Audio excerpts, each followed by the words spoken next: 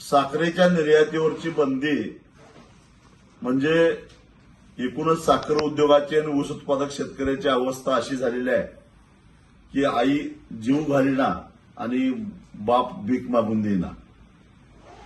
एकतर गेल्या 4 वर्षामध्ये केंद्र सरकारनं साखरेची एमएसपी वाढवलेली नाही आहे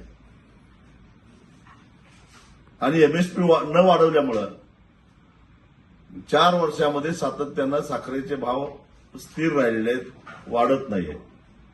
यावर्षी देशामध्ये साखरेचं उत्पादन घटलेलं ही गोष्ट खरी आहे.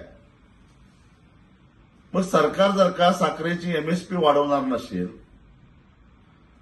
जगाच्या बाजारामध्ये साखरेला भाव चांगला मिळत असेल, तर मग साखर कारखान्यांनी साखर निर्यात का करू नये आणि त्यालाही तुम्ही बंदी घालता, स्वतःही भाव वाढवत नाही. याच्या पाठीमागचं केंद्र सरकारचं लॉजिक काय आहे?